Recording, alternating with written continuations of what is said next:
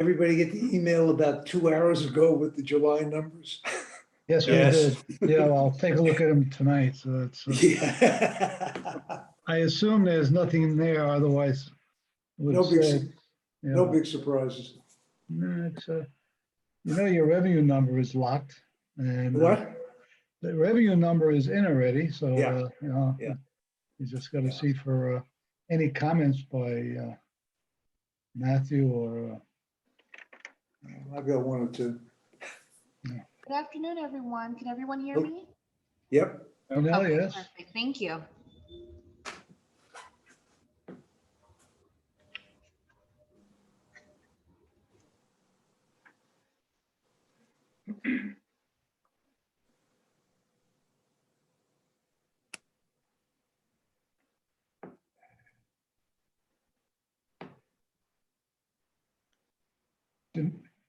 Janelle, I see you put this meeting for 5 hours tonight.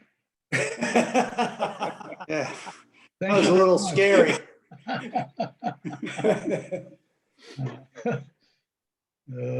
I'm saying, is there going to be a surprise for us? I don't know. That must be standard. That's the standard 5 hours. So. Was it booked for that long? Yeah, you're on your follow-up today with the sign-in. It said no, from 3 to 8 p.m. Oh, I hope not. Oh, yes, it did.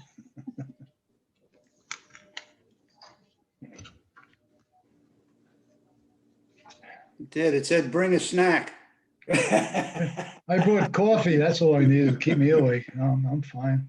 I'm very fine. We're having some work done on our fire alarm system, so if it starts blasting, I have two choices: stay on mute or go out on the balcony and see if I'll go there. So if you see me jump up and leave, you know where I'm going. But they go on for about an hour, on and off, testing it. So it's called Murphy's Law. It'll start in exactly 30 seconds and go for an hour.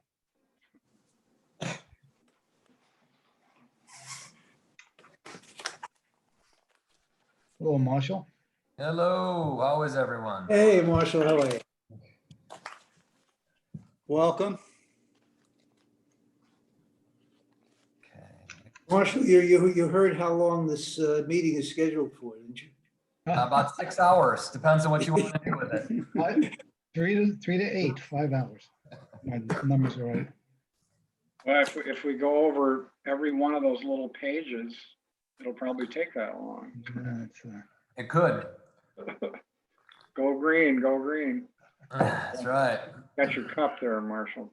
That's right, always. And a little bit of magic on my shoulder. Oh, yeah. Yes. yeah. Over my shoulder is a picture of the 1955 Brooklyn Dodger championship team. You can't see it, but that's what I have over my shoulder. Huh. Nice. In the middle, I assume you know all the Snoopy. players. Boys of Yeah. summer. and in the middle is a schematic of Ebbets Field by the architect. So I'm a little bit of a Brooklyn Dodger fan. Let's go on. So I assume you can name all the positions of the players for 55. right? Easy. They played together for 12 years by position, sure.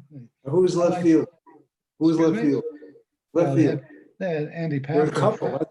They had Andy Pafko for a while, but Lefty, yeah. or let's see, Hodges, Gilliam. Well, there was Gil Hodges. Jackie Robinson played third, but you had Campy, of course, Duke, Carl Furillo, Paul right? Furillo. Furlong, right?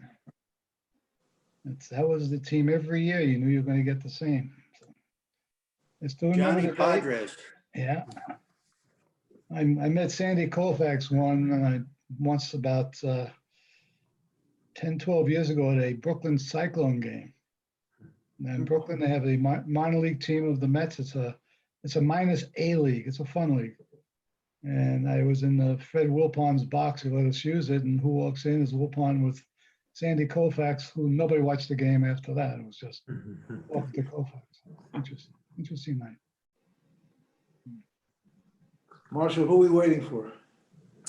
Let's see. Any idea?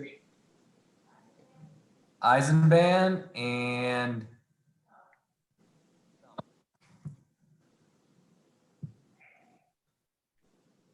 I think that's it. Just Eisenman, member Stump's not going to be joining the meeting today.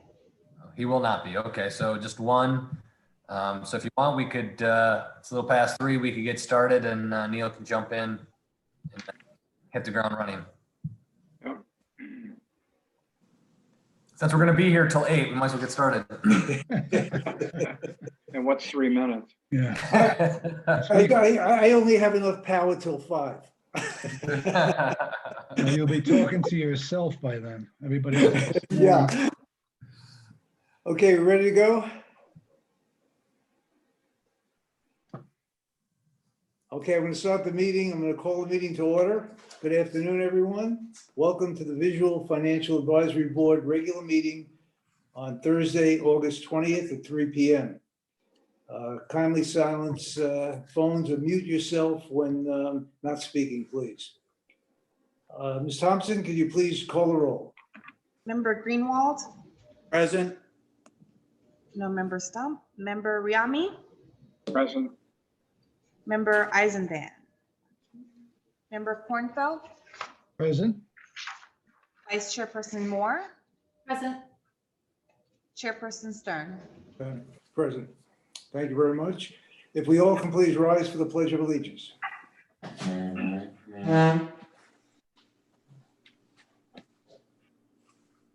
I pledge allegiance to the flag of the United States of America, to the republic for which it stands, one nation, under God, indivisible, Visible. with liberty and justice for all.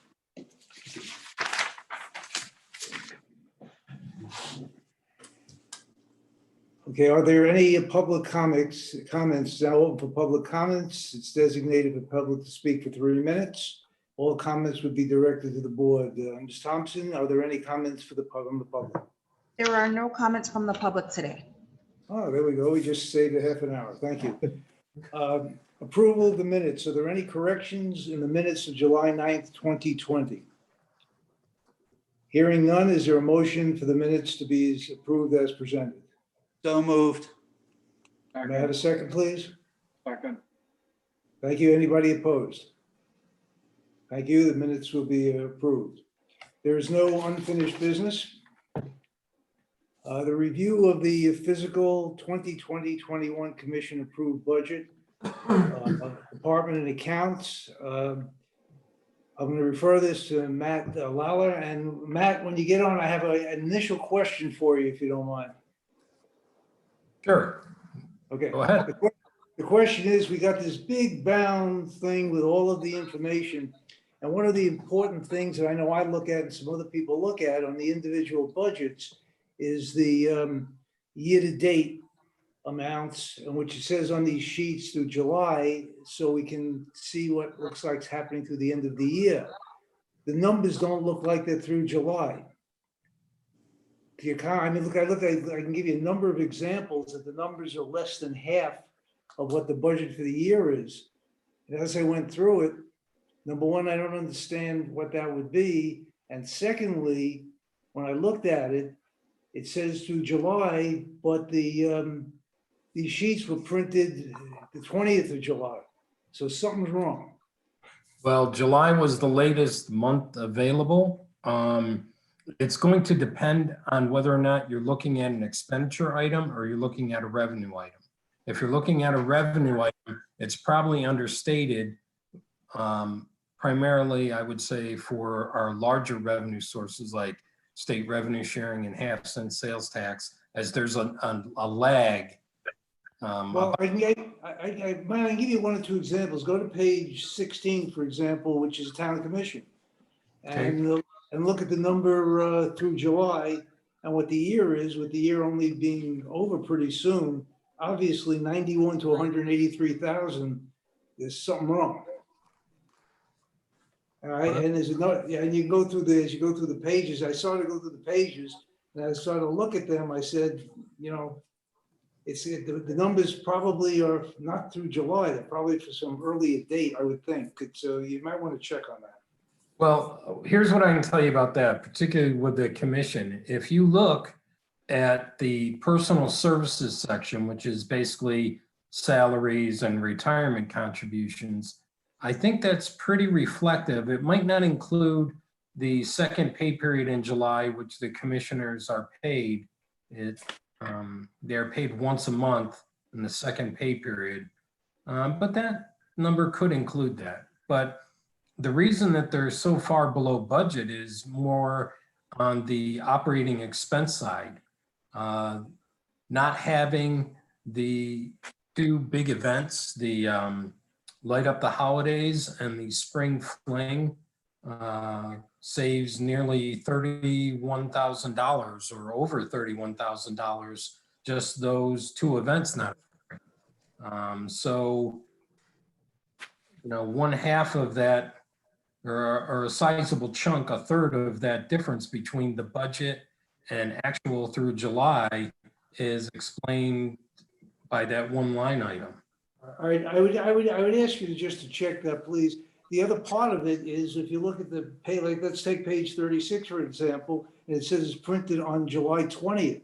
So how could the end of number July be on the sheet if it was printed before the end of July? Well, this is one of the problems with our existing financial information system. It doesn't allow for much flexibility that way. If we print it in July, it's going to say through July. If I printed it on the first day of August, it's going to say through August, even though it wouldn't represent the full month of expenses. It would really just be one day into that month. Okay, that being said, as we go through it, I just want to make one more comment. By the way, the total budget and everything done on the budget, I think a terrific job was done. I'm not criticizing that at all. In looking at information and trying to analyze it, and I did, and I'm sure many of us did, watched all of the town meetings on the budget meetings, so we got a lot of information. But I would think in the future, you might want to consider another column, which would be the projected year-end amount by line, so that in fact, when we look at the plan for the following year, we have a good feel for what we feel we're coming in at. And I know this is a strange year with COVID and so forth, but looking forward, you might take that under consideration. I think that will be considerably easier, and I think we'll have a lot more flexibility when we go through this process next year, because we will have our new financial information, our new ERP in place, which will allow for much better reporting and much more flexibility in generating reports than what we have right now. With that, I'll turn it back over to you. Thank you.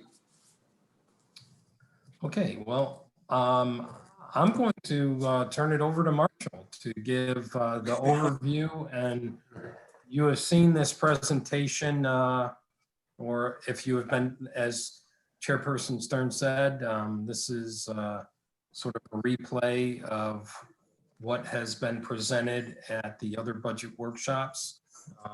We'll run through it quickly, but we did want to point out at least one new thing, and that's sort of a status update on where we stand at mid-year here and where we project the town to end the current fiscal year.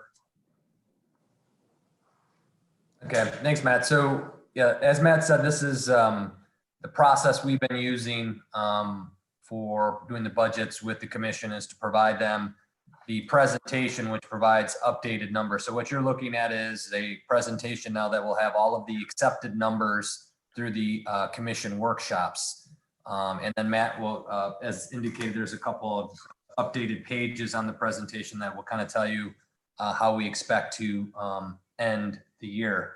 So I'll do this. I'm envisioning we'll go through the presentation relatively quickly, and then we can kind of go budget by budget, if you want, quickly through the 230 pages of the budget book. And if there's anything that jumps off the page, we can explain any of those. So with this, I'll just jump into the presentation. Tricia, if you could move that for me. Again, as we had indicated and what we've stayed fast with is there's a slight reduction in the debt millage. We generated $173,570 in new tax roll growth through our 2.5% property growth year over year. So that was the only increase we saw in our budget. The commission is proposing to use approximately $208,000 from the reserves to match or align the revenues and expenditures. The other big one we saw was a 7% increase in the fire budget. Their bill projection per the contract is about 5%. Matt and I are conservatively adding 2 additional % in there as the commission has moved forward and retained the services of Matrix Consulting Group to evaluate. So Matt and I felt we needed to put a little bit of extra budgetary dollars into the fire budget should the commission be compelled at some point in time to do something further once we get the results. So basically, we added that in there, and then year to year, you never know exactly how the fire budget plays out. So we comfortably added 2% more. So that's where we saw our biggest increase in expenditures year over year was the fire budget. The collective bargaining agreement and that process has moved well. There's a very good and strong cooperative relationship between the PBA representing the police and the FOP representing our general employees. We believe we've got settlement on those issues, and those details are forthcoming once we get into the ratification phase. So that went pretty well on the collective bargaining effort. And then, as you know, there's will be 2 noticeable capital projects that you'll be seeing. Crosswalks that was approved. We have signed a contract. You will be seeing over the next few weeks, you'll probably start seeing some mobilization of some flat work crews, which will do the concrete landings. And then that'll be followed several weeks later by the installation of the new crosswalk signage and rapid flashing beacons in the pedestrian activated signal. So those are coming. Those are on order with the contractor. FDOT has given us approval to, if you will, phase the overall permit project. We have roof replacement that's out on the streets now. We have a very leaky roof here at Town Hall. So the commission approved that as a capital expenditure next year. So we're out to bid right now to see what kind of pricing we will have in that. Teresa, if you move to page 3, please. This is the mid-year forecast. And I think Chairperson Stern, this kind of gets to what you were looking at with that information. One of the big expenditures we have this year is getting that new ERP enterprise resource planning platform in to do all our financial modules, building permits. So all that's going to be better next year, and you will have a projected number. But as we move forward, we're estimating that sales tax and state revenue sharing will be down approximately 20%, as we've indicated to the commission and to the FAB previously. We'll see a significant drop in interest earnings in our very conservative portfolio. The interest earnings are somewhat limited. And then the negative impacts of COVID-19 are offset by one-time revenues. So we had a true-up process with Delray that resulted in them cutting us a check for about $109,000. And then we had a settlement with Waste Management over some hydraulic fluid leaks on our side roads that added another $150,000 on the revenue side of the sheet. So that's something that we'll take into account here in a minute. General fund expenditures slightly below the budget. So we will be pledging reserves next year. Estimated year-end surplus to the general fund. So we're looking at a net position increase. So the final audited numbers will verify this, but Matt is projecting about $300,000. So basically we'll have more revenues than expenditures in the current operating. Majority of those dollars are driven by those 2 one-off, those one-time revenue sources. But again, it means we're doing well with our budgeting this year. So we'll see, our guess next year is you'll see another net position change. If you remember from the audit presentation we had at our last meeting, the closeout of the 18-19 fiscal year budget, we improved our net position by $552,000. And then when we audit this current operating year, we're looking at probably another $300,000 improvement. So we're continually, our fiscal constraints by management are in place. We haven't spent as we normally would project. because of COVID, kind of kept some expenditures in check by the pandemic itself. And the Marco, can I interrupt you real quick? net position change will assist with offsetting some negative financial impacts into next fiscal year. So yet again, another good fiscal year, adding a little bit more to the net revenues, reserves strengthens our position because we really don't know next year. Many are anticipating will be the full onslaught of the COVID-19, but no one really knows the extent financially. So while we are projecting, there are still some uncertainties there. So Marshall, I have a quick question. Sure. So your third bullet, estimated year-end surplus and general fund of 300, that's for the current year, right? And the previous bullet, the 207, the proposed use of reserves, that's for 2021 year? Yeah. So Two different, yeah. it's a little confusing. I don't know if Sure. you can maybe going forward, like clarify that, because these two bullets are essentially the same thing. It's just they're different years, right? So we're adding to the surplus currently under the current budget, but you're expecting to take from the surplus in the subsequent year, right? Is that what that means? Correct. So with the budget that's been accepted by the commission, we're pledging the use of $208,000 to bridge the gap between expenditures and revenues next year. But this year that we're currently operating in, we're anticipating we're going to add $300,000 to the reserve. So similar to the year prior where we added 552, we're looking to add 300. So I guess if it is kind of a confusing on how we presented that, we'll clean that up for sure.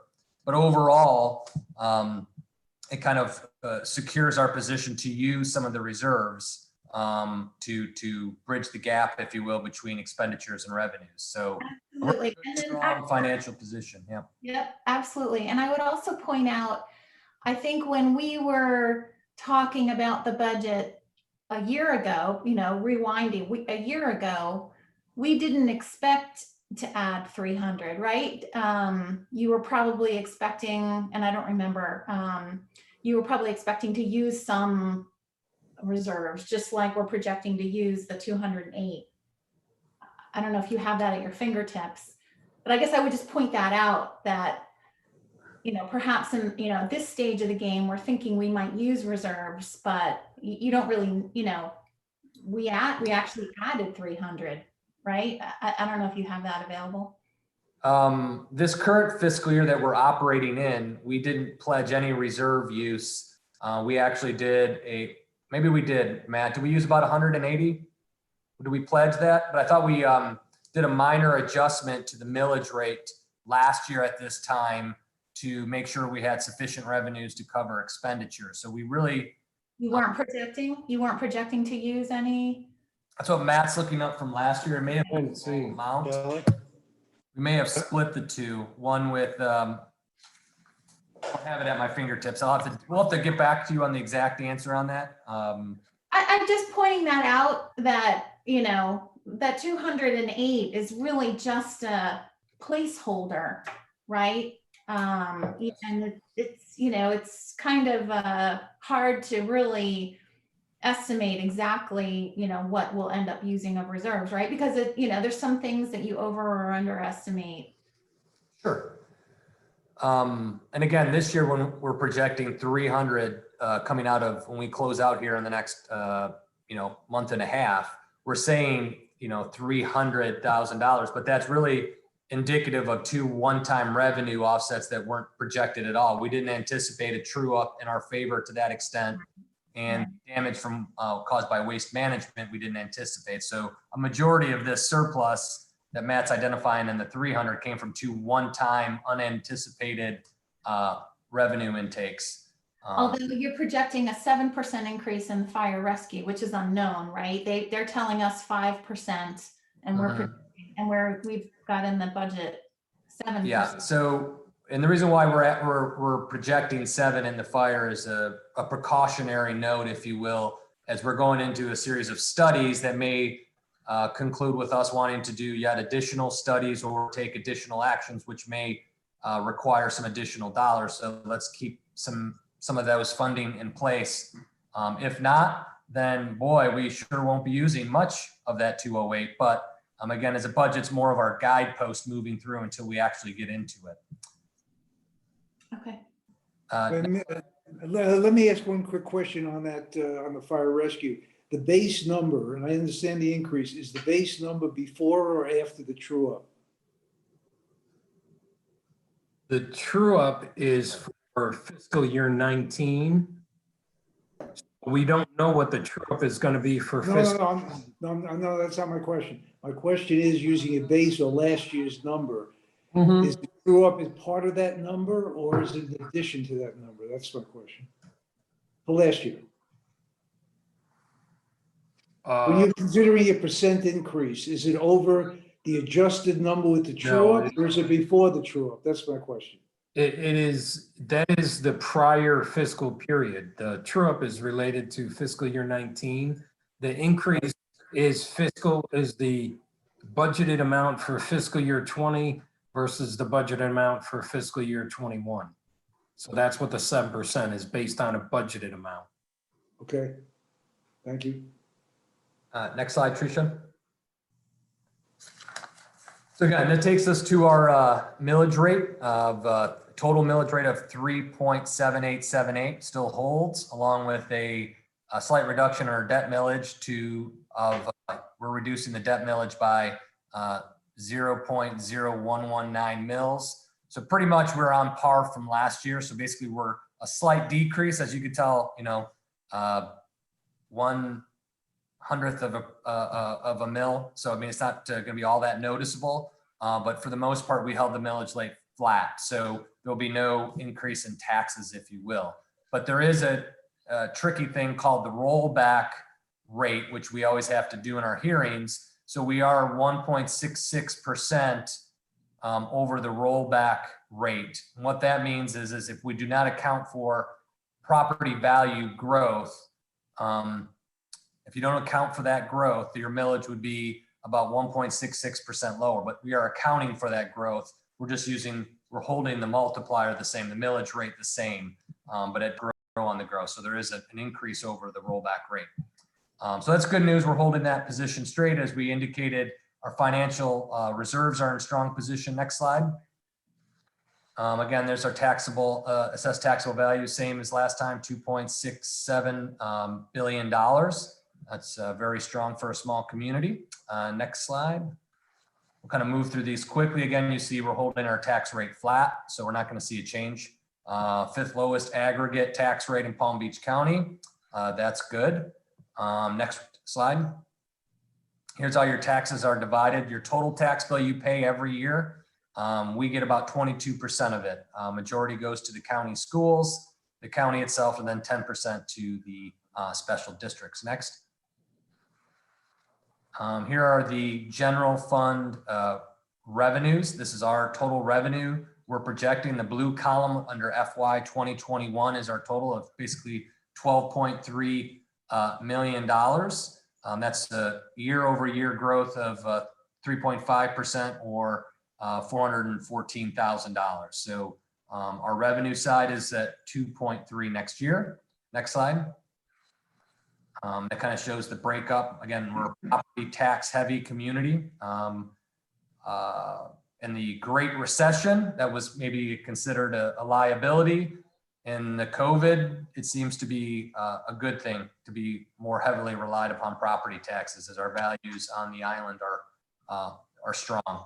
Next slide. Here are the expenditures. Again, the other 230 pages of your packet kind of detail how we come to those numbers, and we'll get to that after the presentation. So you could see where that growth came amongst all the budgetary expenditure areas. Again, you can see fire rescue is our one location where the cost increased is significantly over other places. I wouldn't look at the percentages because it could be a spend of something small, but the value, the $313,000 in fire is the biggest number year over year. Next. And that's our general fund. So fire rescue is 38.8%, police 21.1%. And then solid waste, I believe, is our next big, can't tell on this, interfund transfers. Okay, but you know, police and fire basically take up a predominant share of all of our expenditures. Next slide. Here are our general fund expenditures. Fire contract is out again, is shown in the operating expense because it's a contractual arrangement. So it's considered an operating expense. So you'll see personnel services, personal services, that's benefits, salaries, and the like. You see the growth there. Operating expenses, 5%, again, largely driven by fire. Capital outlay, we had basically 100% decrease. So basically we've kind of deferred certain things where we could in anticipation to some of the tightening of our revenue stream. And then you see other uses or transfers. That's basically the water plant debt of $1.5 million that we pay out of the debt service millage. Next slide. There's our fund balance, again, holding that strong. And as we just shown in the first slide, we're probably going to be adding to that. So our position in our reserves is strong. I know we had a conversation on where we should have that as a percentage or benchmarking some type of our reserves against other communities. The commission has added that to their priorities list, and we'll probably be directing that research and review and activity to the FAB to determine those kind of guideposts in the future. So we will be doing that next year as a group. So circle that on your calendar. That should be fun as we try to get into where we want to keep our unassigned reserve levels and the like. Next. They're unassigned, we're at 52%. With what you see is what we're going to carry over and what we're projecting carrying over about 300. We're going to stay at about 52% next year. So So this doesn't include the additional 300 that you mentioned? no, that'll be next year's. But again, if we're pledging 208 but taking in 300, this number is going to hold into next year. So you're going to see your unassigned fund balance be maintained at around 52%, barring any extenuating circumstances. Next slide. Building special fund revenue. Again, the building department's independent. We have the details in your budget book, but again, it balances. There's kind of the fees that they're anticipating getting. We're expecting. Again, we're going over budget. This year's budget's done quite well for revenues, and you can see that in the building enterprise fund budget in your folder. But that's done pretty well. So we'll be softening from this year, even though it shows an increase. It'll probably end up being a softening from actuals. But again, the building special revenue fund sustains itself. There are some administrative transfers in and out of the building fund. We contribute dollars from the general fund in to cover portions of the town planner position, which is not a building function. But she does half of her time doing building functions with development reviews and the like, zoning reviews. And then they transfer out for administrative charges, commission, internal service charges for finance, IT, clerk's office, town manager's office, legal, all that stuff kind of was a transfer out to cover those obligations. Next. Discretionary sales tax, that's what we're paying for the crosswalks. Again, we're anticipating next year's amount coming to us will be less, but we are moving forward with a few projects. Again, the crosswalks, we did a few town hall renovations. You'll see new street signs. I think Bellito got theirs, or Bellart and Bellito got theirs by the one up by A1A already, but we're going to be doing all of the street signage. Just signed off on that. So you should be seeing that within the next month as well. You'll be seeing all new street signs on our secondary road system. And the town hall roof next year will be, as we're bidding it now, but we'll be doing the construction next year. Next slide. Marshall, what's the cost of the street walk? I don't see a specific item for the crosswalks, the cost. Crosswalks is probably about it's hard to tell exactly. The contract with the Lux, who's doing all of the signs, is about $205,000. Can you roll back the slide before and let's see where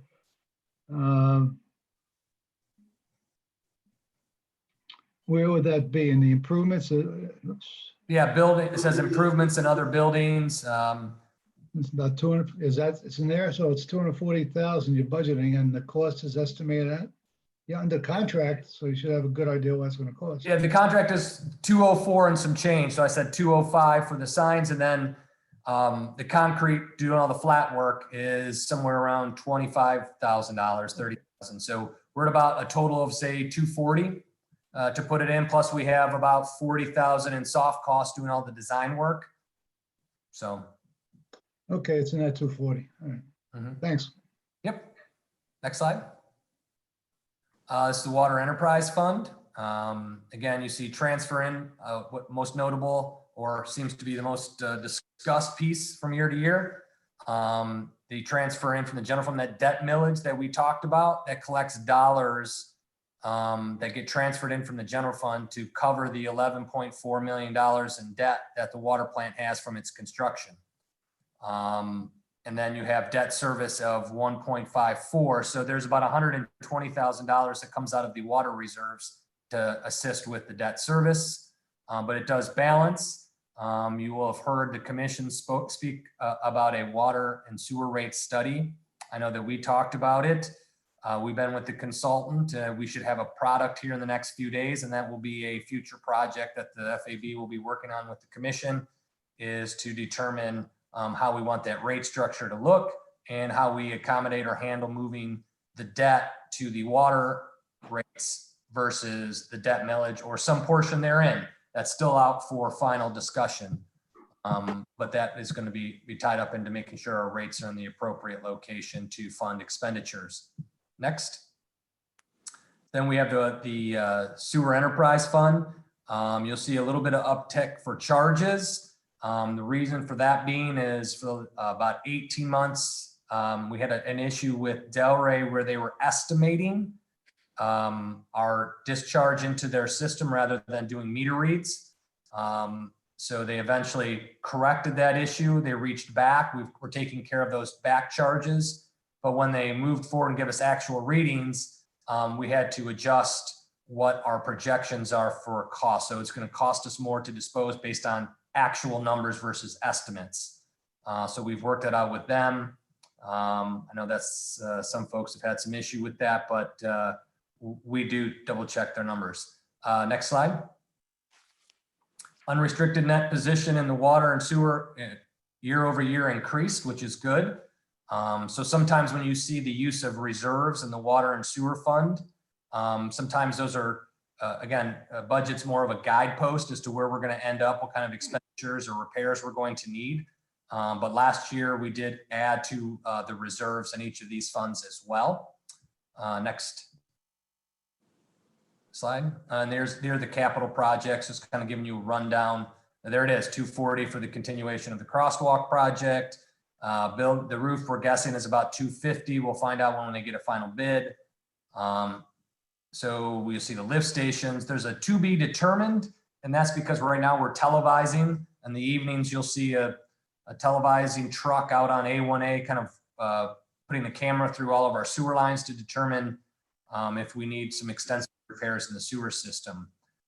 To date, not as bad as we thought, but we have to finish before we'll really know and what that true cost of a project will be. We see some chiller replacements, chemical day storage tanks, shallow well injections, rehabilitation, some minor building repair, some pipe rehab, some Tidevex valves that we're going to put in Bellito, which keeps the water from when the intercoastal rises and keeps it from backflowing into the streets in the storm system. Those are things that are planned. Next. And then again, major initiatives. We're wrapping up the crosswalks.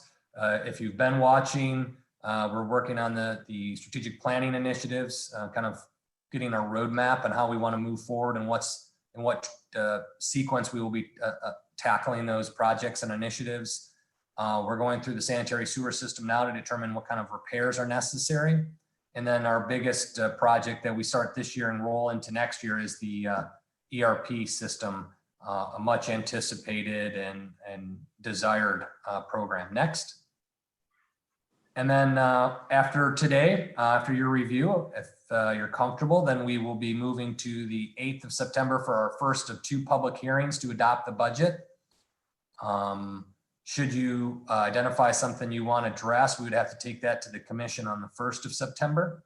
But then September 8th and 22nd are our formal process to approve the budget that does not increase the millage rate.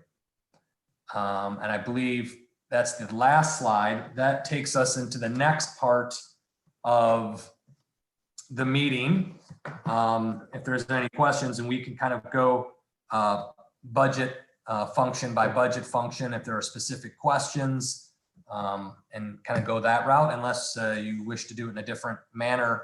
We're all ears. I think that's acceptable, so I would open it up to the board. Anybody has questions, let's please ask them. Nobody, okay? I thought it looks good. I mean, it's our second time looking at it.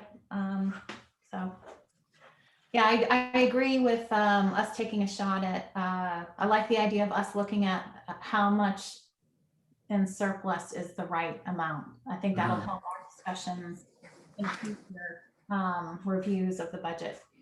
And that came from your discussion at the last one, so that got tied into our priorities, and that's kind of intrinsically linked in some cases to our financial model, 5-year projection model, where we have a draft of it, but with some of the COVID, we couldn't really tie down some of those uncertainties, but we're starting to get a clearer picture. But really, the reserves did warrant a larger discussion and a bigger review because of that percentage being what some commissioners felt quite high, and we probably shouldn't be taxing to save. So though you guys will all be looking at that through the fall and trying to figure out where we go with that next year's budget. A comment, and again, this is probably the third time I've seen it. I just want to say that I think the budgets were very, very well done, well thought out. The specifics as we go through each area, pretty explicit. So kudos from that perspective. Yes. I have one comment. I agree. I think it's doing budgeting for this town with the antiquated systems that I know them antiquated systems. I got to know them a little bit with Matthew, so I know what you're up against. The question I have is the numbers we received 6 weeks ago. Everything is almost exactly the same. So what happened at the in the workshops? What's the purpose of the workshops? I expected to see some changes. I looked at the larger items and I said, well, it is what it is. I'm not going to comment on any of them because it takes a lot to run this town. I'm all for it. As we know, has been said, there is some fluff in the budget. Kudos that the rate stays the same. Our cash flow is good. All the things that are easy to see. But I'm just going to ask you, what's the purpose of the meetings if it seems like all the work was done before we met 8 weeks ago, because we got basically the same thing. So there's a lot of work before we met. So what was the purpose of the workshops? So this workshop was kind of asked for by the FAB to desire to take one last look at it. Your traditional methodology was to take a 40,000 foot view and then turn it over to the commission for general, for their specific review on a line item by line item, if you will, budget function by budget function. This year you did the global look and then one last review as a safety check, if you will, for all of us, that one more public review of the detailed budget and where we go from here. And I think they did make some minor adjustments there from here and there, but it had no net impact, because if they said add 8,000 into this account to cover some more communication, we would just reduce some of the other accounts to fill it in. So the net change really, because the numbers were small. And I think as you look through this, you'll see year over year requested increases for things that the department heads had control over. Many of them were only like 1%. So their numbers didn't really increase. And a lot of the stuff that we saw in the budgets requested by the department heads were almost all like contractual obligations already put in place to do it. So there wasn't a lot of you got into the operating expense, there wasn't a lot of heavy,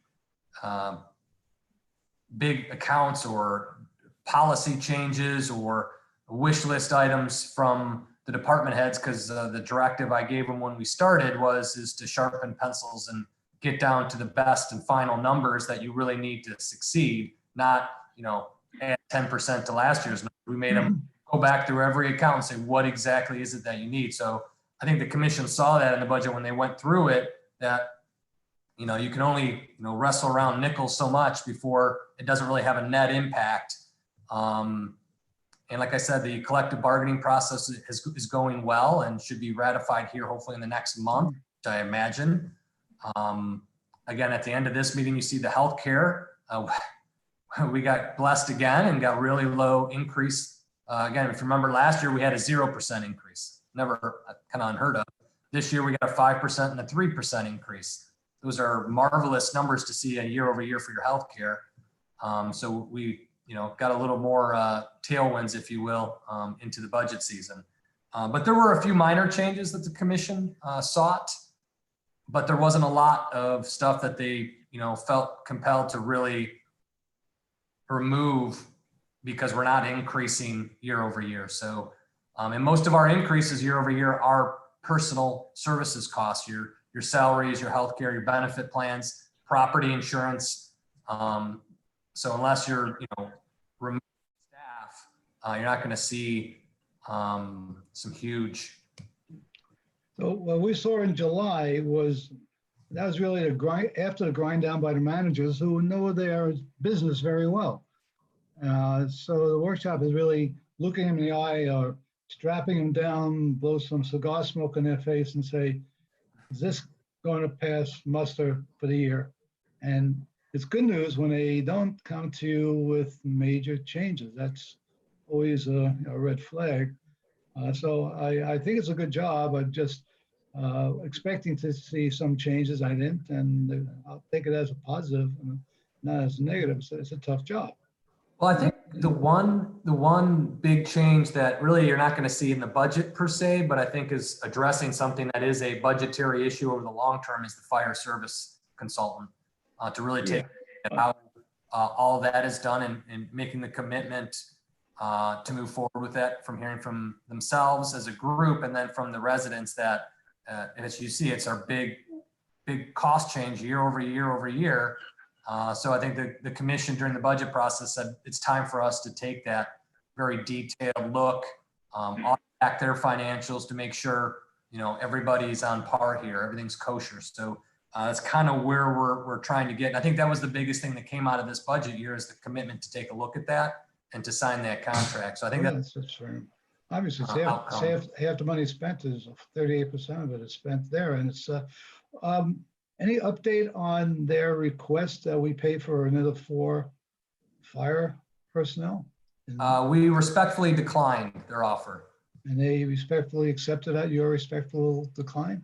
We'll find out. So far, so good. At the last meeting, Chief Tommy came in from Delray and said he's looking to participate with us in the study, and they are going to be a willing doing the research to see what's.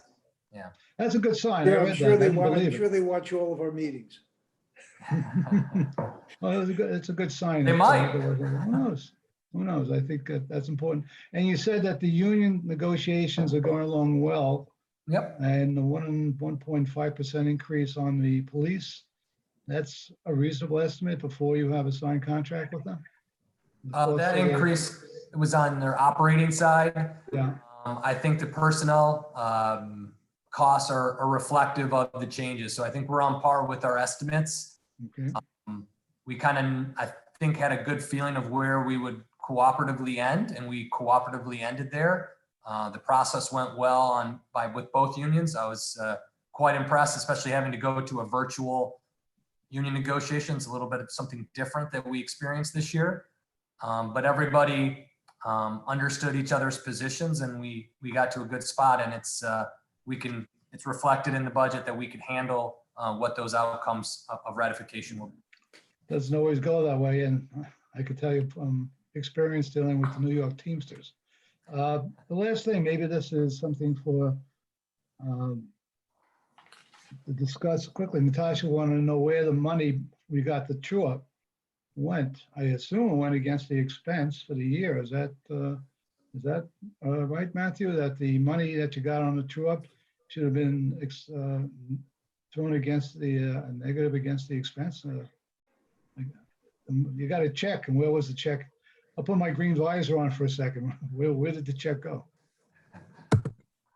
The check was deposited to miscellaneous revenue within the general fund. Oh, You that's used, something I used to do to pump revenue with my company when I got something like that. But shouldn't have been offset against the expense. But then if you do that, then you're anticipating for in your budget that you're going to get something the prior year. So putting it where you put it is a good idea. So you don't get misled when you do your budget for next year with the money in it. we did have the commission approve a fund balance policy change. When we received that money, that 109,000 received from Delray Beach is specifically set aside for use for the fire services contract. It is restricted and can't be used for Good. their general purpose to buy, Yeah, who that's- knows what, buy a police car or something else. It's restricted for fire rescue services. It's on how many people on the stimulus check put it aside to be used for special purposes, just through it in general. It's the same thing. Make sure it's there to utilize against something that has to do with fire in the future. Otherwise, it's fine. The comment that was made by David is hopefully the software you get will give you the ability to have more timely. You know, I've been saying this since you've been here and for 6 years is we don't get timely information, and a lot of it has to do with systems. You cannot do it. You want to hire 3 clerks to give you something which you know because of certain items that in a operation says you're doing fine. So it's not easy, but I'm used to seeing, as I mentioned before, up to date. So when you do a budget, you're right there with the numbers, and that's not the case in this case. Next year, hopefully it will be. Well, I won't be here, but this is my last meeting. Are we going to talk about the medical plan or just comment as we see it?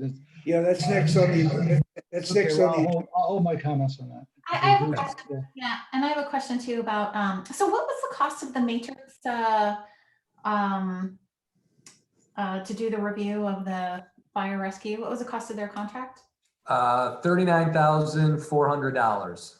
Okay, and what are the deliverables? Like, when are they expected to, like, when do they start? When do they deliver? So they're starting right now. I meet with the consultant tomorrow. We're gonna have a little phone call. So they're started. I will email the financial advisory board the proposal, so you'll know exactly what that is. It may be online from the agenda where they approved it, but I'll get you. There's a little bit of a tweak we made in negotiating with them to be a little bit more deliberate and detailed into the financial audit to make sure they go back fully at least 3 years, if not 5, for a look back on the financials. So I will send that out to you all, and you'll see the scope of services. It's a 14-week proposal. My guess is we will go beyond that, just to let everyone to get their expectations in the right spot, just because I believe they may didn't anticipate how difficult it might be to get some of the information they want. It may take them a little bit longer to get it. From Delray? Some of the turnover at Delray. So I think we're probably looking more at a 20-week window, more so than 14, because of some of the lag time in getting materials from Delray. And what is the scope? Is it just to review the financials, or does it also include? No. So the financials is part of the background investigation part, or determining background information. So they'll do some interviews. They're going to go back through all the financials. They'll go over how services delivered, what kind of call volumes and the like. They'll go through all that at first. And then from there, they will make a determination if all parties are meeting their contractual obligations, if not, where they're not. From there, then they go to begin to develop alternatives to meet what our demand directs out of a fire service department, fire rescue. So they'll look into that, and then they'll start developing as part of their feasibility review of it. They'll start looking at what options do exist for us, how much those options cost, what does implementation look like, what are the pros and cons, and then they'll come back with that full package for us to look at and discuss to see where we want to go. Marshall, are they auditing the audits or are they just reading them? I believe they will look at the audits, especially our audit, but they'll also be asking for.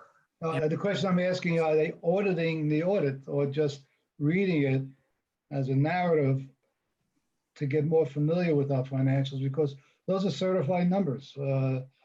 If they spend 5% of the 30 some odd $1,000 on that, that would be fine. But if they're spending 20% reading and coming into the auditors to audit their audit, that's to me a little odd. Yeah, they're not just through produced information, they're going to dig into the information that makes up their audited numbers, if you will. So I will use the term, but it seems a little strong, a forensic audit. So if they said that personnel cost was, $2.8 million for salaries, they're going to go get the reports that prove that it's $2.8 million in salary. If they pay so much for overtime, they're going to want the reports that show how much overtime was really tied back to our project or to our contract. So they'll go through all that to make sure what they charged us was correct. Okay, it's related to, it's related to the fire costs, what the audit, okay, it's not looking generally at the audit. I can understand going back to their defined work papers on the fire contract, which there should be a lot of information they do because it's a third of our cost. That makes sense. Okay, thanks for clarification. Their review would also involve verifying the numbers that are in the true up is done, which compare budget to actual, and the billing. That's an interesting place for them to go. That's a very interesting place for them to audit. Yeah. Maybe we'll find some cash. So with that, then it takes us to our budget areas. One more quick question, sorry. Sure. So you had said that the money we got from the true up from the fire rescue is being kind of earmarked for the fire rescue stuff. So how about the money we got from the damages from the hydraulics? Like, no?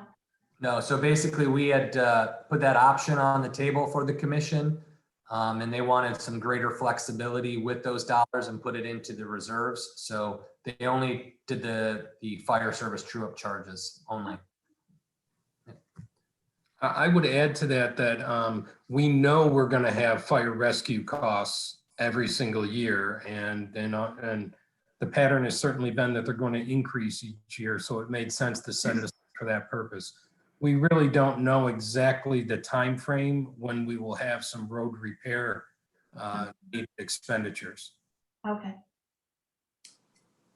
I wanted to make a comment about, so I mean, obviously these two studies are going to have, that we're undertaking, are going to have potentially a huge impact on the town in the next year or so, depending on what's found. And I certainly hope that the commission, I know I listened to the meetings, and I don't see why there's a reluctance to have our own fire department, fire rescue, et cetera, just because, I mean, it's another thing to manage that the town manager gets to manage.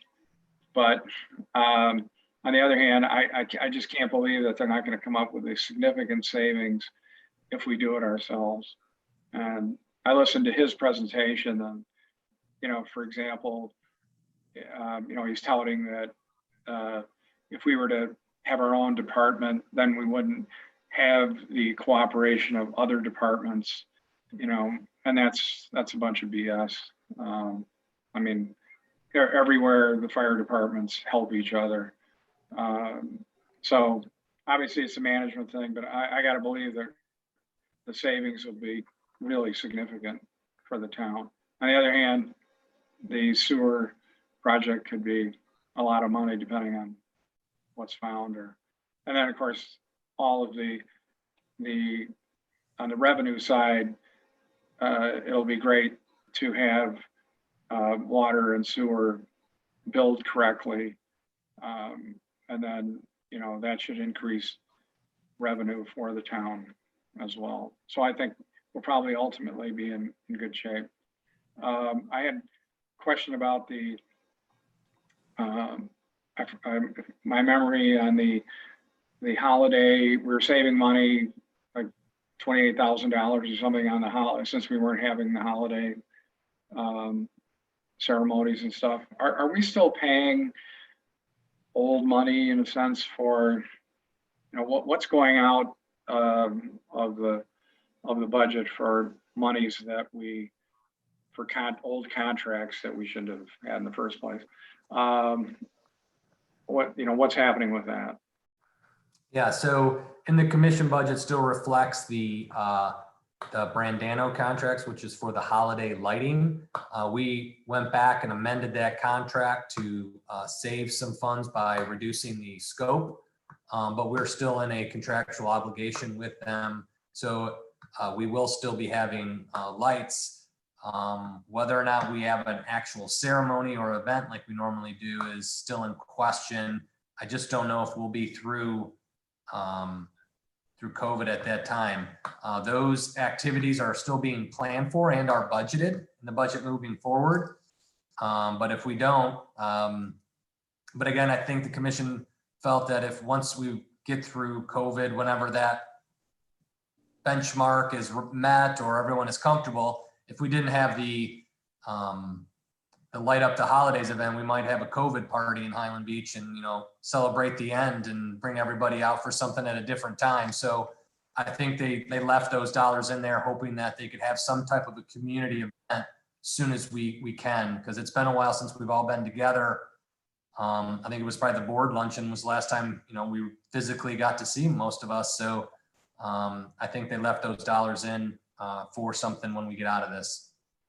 Okay. And then, You know, yes, we'll still have the lights up. I guess the only increase was, like you mentioned, about $8,000 for communications.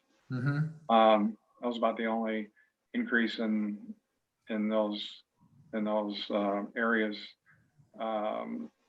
And I guess the commission thinks that the town really wants to know what's going on.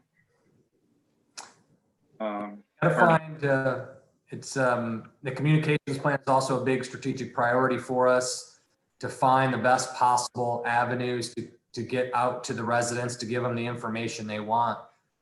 It's always been challenging in the public administration arena to make sure what is the best way to communicate with everybody with so many platforms and avenues to communicate. And we're a little bit hamstrung because the in-person stuff's been on ice. So that's what they want to do, is find out the best way to get messages out to everybody, that, you know, all those different avenues, whether it's direct mail, website, you know, email blasts, surveys, all that stuff. We're really committed to finding what is the future hold for us to get the best possible message out to the residents. I find that those that want to know do know. Those that don't, you know, that's the group the hardest to reach. If they just would rather not read about it or pay any attention to it, that's the hardest group to communicate with. So we'll find that, hopefully, a sweet spot, if you will, when we do a communication plan and start finding different ways to reach out. Yeah, I agree. There's the people that want to know and go to the website, listen to the meetings and so on. And those that don't, I don't care what vehicle you try to come up with, they're not interested, they're not interested. I mean, how many people actually look at the town website or actually know anything about the function of the town. I mean, they might become interested if you put out an announcement that said, well, we're going to increase the millage rate by 20%. You might suddenly get a lot of interest, but beyond that, nobody cares. Except the small number that do, and that's it. Yeah. So. Okay, any other questions on this? Before we go to the healthcare, I'd like, we just received an email a couple of hours ago about the results for July. And I'd like to know, Matt, are there any comments? Look like a pretty positive report. Do you have any comments on that? Matt?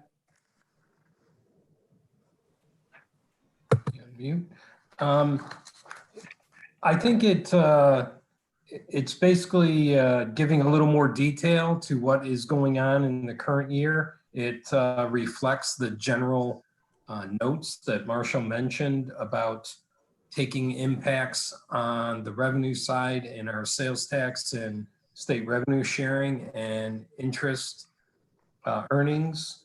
Those are probably the three big hits on the revenue side. There's not a lot of impact on the expense side.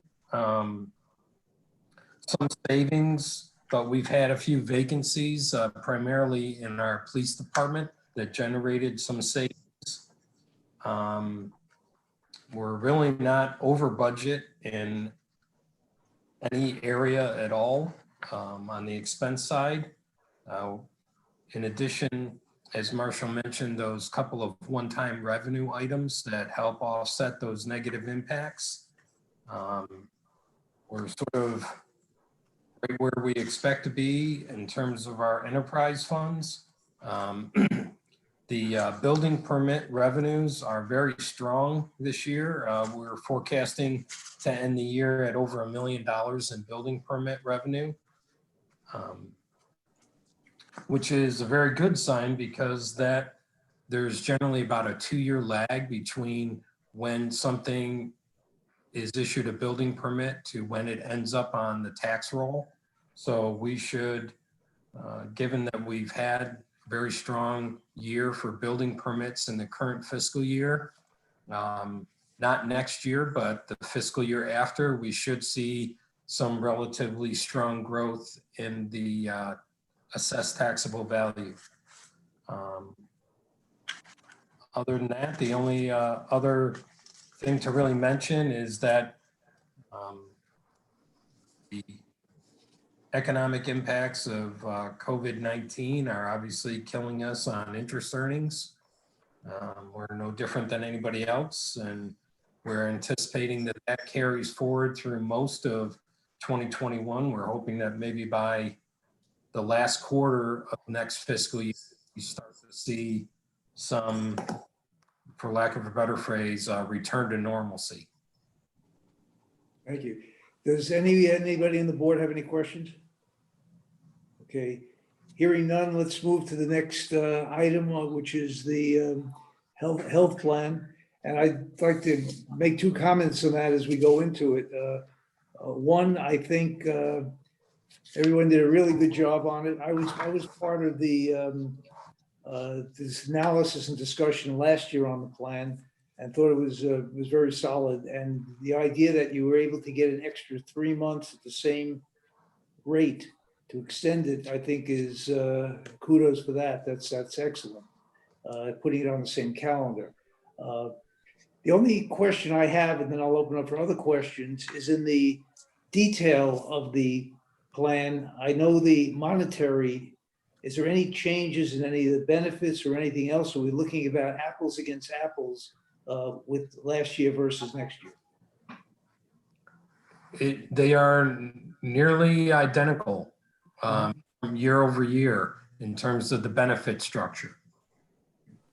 Okay, I'd like to then open it up to questions or discussion from the board. Does anybody have any questions? Yeah, I have a question and a comment. The question was just alluded to. I'd like to be sure that the employees feel relatively comfortable with the benefits that they're getting. And I assume that the answer is yes, is they're the same as last year's. And then just as a comment, I don't know when during the negotiations or the presentation from the insurance company, I'd be curious as to what they had to say about their expenses, because while I don't know and I haven't seen any of the real data, I do know that since COVID, most of the hospitals and most of the physicians have just been getting crushed in terms of income. The reason for that being that the hospitals are less full, and more so outpatient and other elective procedures, surgeries, diagnostic tests, et cetera, have fallen way off because nobody wants to risk exposure to COVID. So given those things, one would think that the healthcare insurance companies might actually be having a banner year, since if no one is using services, they're not paying out any money that they've collected in advance. Now, again, I'm surmising that. I don't know that to be true. I suspect that they're not handing out rebates like our auto insurance companies did. But that might help explain why you're not seeing the typical year-over-year raises that we've often seen in the past. Just some comments. To answer, the employees are quite comfortable with these two plans that I've made available to them, and the experience with Humana has been good. So to answer that part of the question, the employees are on board. Good. I would add to that they were very unsatisfied with the prior provider, United Healthcare. They did not like the benefits underneath that plan at all. They are much happier with what we have gotten from Humana. And that's good. And we heard that from you last year when you switched plans. So I'm happy to hear that that worked out well. May I? Quick question too, Matthew.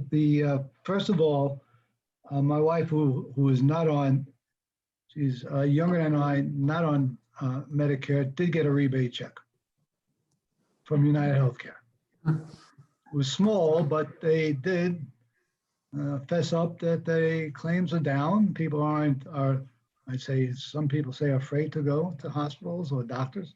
Anyway, she did get a small one for the last quarter. I don't know about the happened in the September quarter. It was small, but they are doing it. Matthew, the question is, in order to keep the rates low, did you have to twist their arm not to ask for something back? Or was it an easy negotiation? Because 7% or what you did was very good. But sometimes to do that, they want to raise the deductible. And I have the comparisons to last year.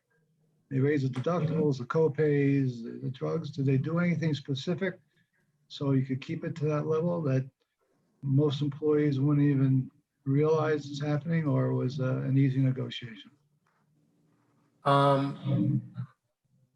I would say it was a relatively easy negotiations. I think they always, as setting up their negotiating position, are going to give a slightly elevated initial renewal rate and then come back with something better to make it seem like we're getting a deal.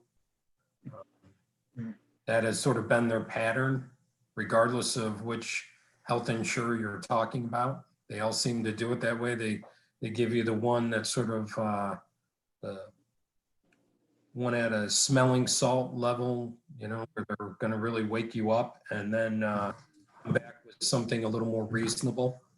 I think that's just their negotiating style.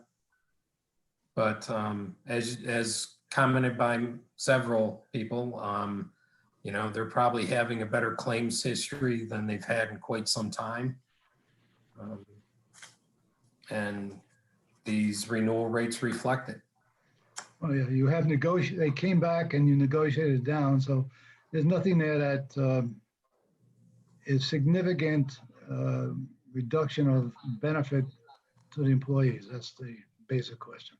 Okay. That is correct. Okay, thank you. Any other questions? Then we need make a motion to recommend the healthcare proposal to the commission. Can somebody make that motion, please? I'll recommend it. No. Second, Move we Second. favorably recommend the healthcare plan. Thank you. So I have a second to that. second, Okay, all in favor? aye. Aye. Aye. I hear no noise. Any nays? Then we unanimously will recommend that for acceptance. Did I miss something? I'm sorry. Are we supposed to approve the budget as well? Or recommend? I don't, we can. I would like that. If everybody's comfortable, I think that would be a good motion by the FAB that they're supporting the commission, that nothing jumped off the page or anything dramatic, that you, Then I will, stay the course, if you will. then I will entertain a motion to that effect. I'm sorry? Someone making a recommendation for the budget? Yeah, but they're going backwards because they've already passed it. I'll make the recommendation that So now that the advisory board recommends approval of the 2021 budget. Is there a second? I'll second that. Beat you to it. Huh? Do I hear a second? Yeah, I'll second. Thank you. Go ahead. All in favor, say aye, please. Some discussion? Oh, discussion, excuse me, yes. I would be delighted to vote in favor of it, but I think that there are some additional recommendations that we might want to make in relationship to the budget, in addition to approving it, that I would like to discuss separately. If Well, that's okay. we ought to, before we approve it, then we ought to bring this, we ought to have that discussion now. So All what, right. All right, I think that we should approve the budget because I think it's a good budget. It's been worked on by multiple people. I think kudos go to the town manager, finance, department heads. We've now seen it a few times through the commission and through our own auspices as the advisory board. And superficially, obviously, I think it's very satisfactory. It's easy and proper to applaud the no raise in the millage rates and the surplus, and we can feel comfortable endorsing it. However, and here's my additional suggestions, I think that we need to recognize that there's several significant problems for the future, and I think fortunately that much of this or all of this is actually already being considered or at least brought up by the commission. But I think as an advisory board, for the record, we should make some of these suggestions. I think, as I said, they're making progress, but I think there's a long way to go. And I would put the warning areas in like 5 buckets, basically. 3 are directly budget related, and 2 are somewhat still governance related, although I think all these areas are improving. The direct budget related one that we've talked about already is fire rescue. And we've kind of beaten some of the statistics and everything to death, but we know that in Highland Beach, depending on how you want to calculate it, whether it's by service or per capita, we're paying anywhere between 200 and 500% more than Delray is for similar services. The commission, I believe, and Mr. Labadie commented on it today, has, I believe, wisely decided to hire a consultant to look into both the finances, but also alternatives. It would have made me more comfortable if that had been done through an RFQ process rather than so that we could have looked possibly publicly at more companies before one was hired. But my only feeling with that is that we should really encourage the commission formally to really vigorously and closely pursue what is going on. Not let this 14-week project branch out too long, and then follow up whatever alternatives are suggested with the appropriate action steps to see if legitimate and viable alternatives can really be developed to the existing contract for all the reasons that we've talked about. The second one has to do with water. And again, this has been discussed. It's still the one part of the budget that's very difficult for me, in spite of all the explanations, is it's hard to figure out what the cost of our water is. And we've been waiting. I've been on the advisory board now only since January. And in January, we were waiting for that study. And now we're, it's 2 weeks away and we're going to get it. But again, that's something that shouldn't happen. COVID might explain why the pipes haven't been surveyed, but it certainly doesn't explain why we can't figure out what the cost of a gallon of water is. And we really need to be looking all that. It's very hard to figure out now. We've got money coming out of our tax revenues to pay for bonds that are shifted over. There's a separate enterprise fund. And I just find the whole counting for the water department very difficult, although Matt certainly does his best to explain, no, this capital improvement is coming out of here, not out of here, et cetera, et cetera. But I think that something going forward that also needs to be cleaned up. And finally, for 3 under that, the storm and sewage drains, again, we've talked about this. And I know plans are underway, but again, as a concern that we need to express, these are potentially very big ticket items. And they really need to get placed once this study is completed into fairly detailed action plans and include appropriate financials and the other components so that we can really figure out what's going on as budgeting processes go forward. Finally, in terms of governance, if you watch the commission meetings, as many of us have done, I think there still needs to be improved communication between the advisory boards and the commissions so that advice is given as timely, is either presented in written form as formal recommendations or is presented in person by the chair. It's not adequate most of the time to just submit minutes. If an advisory board is going to be recommending certain projects, it should at least come with some sort of a skeletal outline that goes with it so that the commission has some real idea about what they're being asked to do. And the second governance issue, which I think is being tackled, but still has a long way to go, but relates directly to finance, is the commission working with Mr. Labadie is putting together at least strategic initiatives. I don't know that I'd call it a whole strategic plan, but at least an ordered list of strategic initiatives. As this moves forward, each of those needs to be accompanied by whatever business plan template is going to be used, but each project needs to be accompanied by a readily accessible dashboard and reporting so that progress can be monitored by advisory groups like ours and some of the other advisory groups.